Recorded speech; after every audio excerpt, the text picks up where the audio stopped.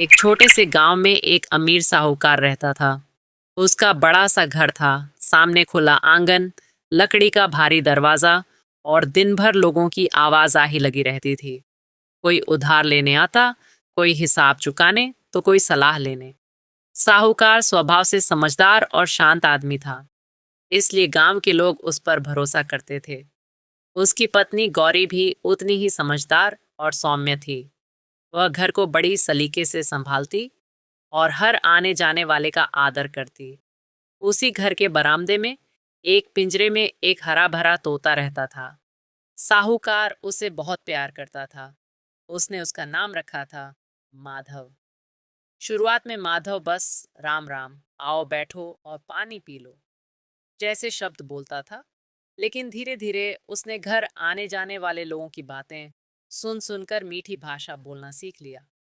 जब भी कोई मेहमान दरवाजे पर आता, तोता तुरंत बोल उठता, राम राम, आओ बैठो, पानी पी लो, स्वागत है। अरे वाह, कितना समझदार तोता है। गौरी मुस्कुराकर कहती, ये तो घर का तीसरा बच्चा है, दिन भर सबकी बातें सुनता रहता है। साहूकार हंसकर कहता, इसे सब सुनने और याद रखने की आदत है। माधव सच में सब सुनता था। कौन पैसे लेने आया, कौन देने आया, कौन सच बोल रहा है और कौन बहाना बना रहा है, वह सब समझने लगा था। कई बार लोग साहूकार से कहते, अभी पैसे नहीं है, अगले महीने दे दूंगा, देखते हैं कब देते हैं। मन ही मन सोचता, इंसान भी तो झूठ बोलते हैं, फिर अगर मैं बोलूं तो क्या गलत? मन में धीरे धीरे उसे समझ आने लगा कि मीठी बात सुनकर लोग खुश हो जाते हैं और कड़वी बात सुनकर डर जाते हैं। एक दिन मजाक में उसने एक आदमी से कह दिया, साहूकार जी घर पर नहीं हैं, आज उधार नहीं मिलेगा। आदमी वापस चला गया, जबकि साहूकार अंदर ही बैठा था।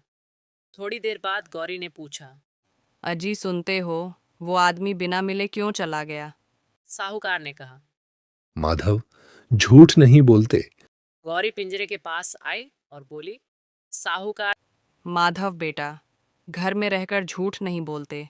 घर की इज्जत सच से ही बनी रहती है। ने भी समझाया। तोता चुप रहा, लेकिन उसे यह सब एक खेल जैसा लगने लगा। अब वह कभी कभी लोगों से उल्टी सीधी बातें कह देता, किसी से कहता तो किसी साहूकार जी बहुत गुस्से में हैं। से कहता। साहूकार जी शहर गए हैं, रात तक नहीं आएंगे। कई लोग डरकर बिना मिले ही लौट जाते। एक दिन गौरी ने चिंता से कहा, ये ठीक नहीं है। अगर लोग यूं ही लौटते रहे तो गलतफहमी बढ़ जाएगी। साहूकार बोला, झूठ से भरोसा टूट जाता है।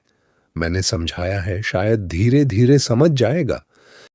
गौरी ने गहरी सांस लेकर कहा, बच्चों को प्यार के साथ अनुशासन भी देना पड़ता है, चाहे वो पंख वाले ही क्यों ना हो। एक शाम दो अजनबी घर के बाहर खड़े होकर धीरे धीरे बातें कर रहे थे। सुना है घर में बहुत पैसा है। क्या बोलते हो दोस्त? साहूकार के घर में डाका डाले क्या? अगर यहाँ चोरी की तो हम अमीर हो जाएंगे। दूसरा बोला, हाँ, बस देखना होगा कि घर में कौन जागता है। और ये साहूकार भी कैसा आदमी है। एक भी पहरेदार घर के बाहर नहीं रखा। इतने पैसे घर में है, उसको कोई फैकर ही नहीं। बस ये मासूम से तोते को घर के बाहर रखवाली करने को रखा है। तोता यह सब सुन रहा था, पर उसने ध्यान नहीं दिया। अगले दिन जब एक आदमी पैसे देने आया तो मजाक में तोते ने कह दिया, साहूकार जी शहर गए हैं, रात तक नहीं आएंगे। गया। ये बात उन्हीं अजनबियों तक पहुंच गई। उन्होंने सोचा घर खाली होगा। रात हुई। साहूकार और उसका परिवार सो रहे थे। तभी घर के पीछे से आहट आई। दो चोर अंदर घुस आए। तोते ने उन्हें देखा और जोर से चिल्लाने लगा, चोर, चोर, बचाओ। साहूकार ने करवट बदलते हुए कहा, फिर से कुछ उल्टा सीधा बोल रहा होगा। लेकिन गौरी घबराकर उठ बैठी। नहीं जी, आज इसकी आवाज अलग लग रही है, जरा बाहर देखिए। तभी बर्तनों की हल्की आवाज आई। तोता फिर चिल्लाया, गौरी सच में चोर हैं। उठो साहूकार जी। जोर से बोली। साहूकार तुरंत उठकर बाहर भागा और कौन है वहां? पड़ोसियों को बुलाइए। साहूकार तुरंत उठकर बाहर भागा और शोर मचा दिया। पड़ोसी भी जाग गए। चोर घबराकर भाग गए। मुझसे गलती हो गई।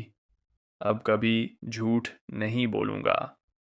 सच सबसे बड़ा धन है। सुबह साहूकार बरामदे में बैठा था। तोता चुपचाप सिर झुकाए बैठा था। गौरी पिंजरे के पास आई और बोली। डर गए थे ना? हमें भी बहुत डर लगा था, लेकिन आज तुमने हिम्मत दिखाई। साहूकार ने गंभीर स्वर में कहा। माधव, आज अगर तुम सच नहीं बोलते तो सब कुछ चला जाता। लेकिन याद रखो, जब तुम झूठ बोलते रहे तब किसी ने तुम्हारी सच्ची बात पर विश्वास नहीं किया। तोते ने धीमी आवाज में कहा। मुझसे गलती हो गई। अब कभी झूठ नहीं बोलूंगा। सच सबसे बड़ा धन है। गौरी मुस्कुराई और बोली। गलती मान लेना ही सबसे बड़ी समझदारी है। उस दिन के बाद माधव बदल गया। अब वह सिर्फ वही बोलता जो सच होता। जब भी कोई घर आता वह कहता, और सिर्फ पैसा ही नहीं बल्कि विश्वास भी सुरक्षित रहने लगा।